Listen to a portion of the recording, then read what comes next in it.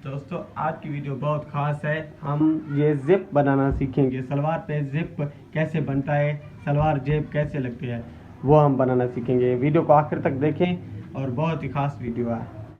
बिस्मिल्लाहिर्रहमानिर्रहीम। अस्सलाम वालेकुम दोस्तों PS टेलर पे मैं आपको खुशामदीद कहता हूँ।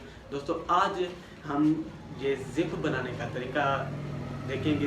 मैं आपको समझाऊंगा कि कैसे ज़िप सलवार में ज़िप लगता है। ठीक है दोस्तों, इस वीडियो को आखिर तक देखें, इंशाल्लाह आप समझ जाएंगे। और मेरे चैनल को सब्सक्राइब करना ना भूलें ताकि जो है टेलरिंग का कोर्स मुकम्मल आप समझ सकें। ठीक है दोस्तों, तो चलते हैं अभी मशीन की तरफ और हम ये ज़िप लगाएंगे सलवार में। ठीक है, वो मैं आपको तरीका समझाऊंगा। तो चलते हैं मशीन की तरफ। तो दोस्तों अभी हम आ चुके हैं मशीन पे। ठीक है, ये है पहले एक टुकड़ा होता है जो कपड़े का। ठीक है, ऐसे ही बिल्कुल आपको काटना है। तो फिर इसको ऐसे रख के इसका नाप में करीब यहाँ से भी एक निशान करीब 5 इंच का हो। ठीक है, 5 इंच पे निशान आप बनाएं। निशान बनाने के बाद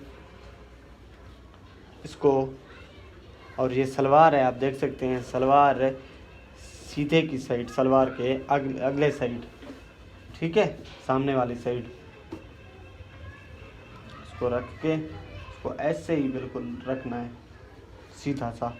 ठीक है, ऐसे रख के पहले हम इस पे सिलाई करेंगे, सीधा सिलाई यहाँ पर जो निशान हमने दी थी। ठीक है, फिर इसको ऐसे मोड़ के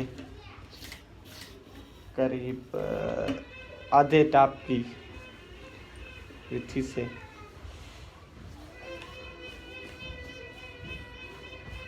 ऐसे सिलाई को फिर से वापस ले जाएंगे उसी सिलाई पे। तो यहाँ पर अभी सिलाई निकालेंगे। सिलाई निकालने के बाद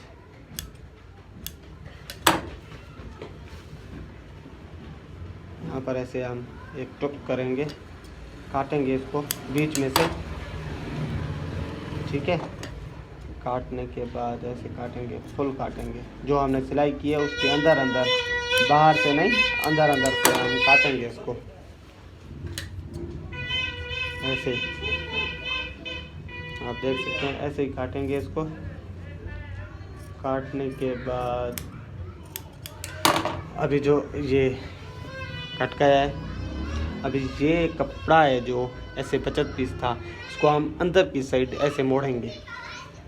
अंदर की साइड मुकम्मल कपड़े को ऐसे मोड़ के ऐसे मोड़ेंगे। ये बाहर का साइड है, वो अंदर की साइड। अभी बाहर के साइड को एक सिलाई हम करेंगे। ऐसे ही सिलाई करेंगे, इसको सीधा करके एक ऐसी सिलाई करेंगे और इस कपड़े को भी सीधा करके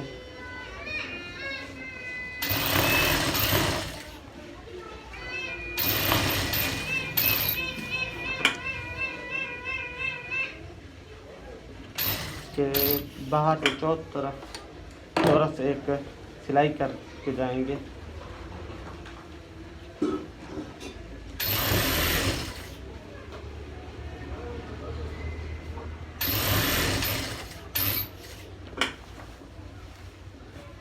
अभी ये सिलाई कंप्लीट। ठीक है, तो अभी ये है ज़िप। आप देख सकते हैं ये ज़िप है।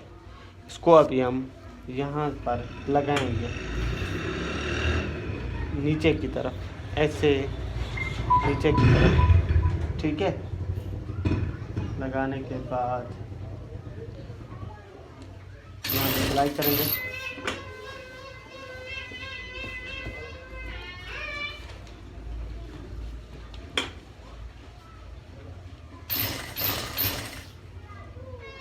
फिर से वहीं से ही सिलाई करेंगे।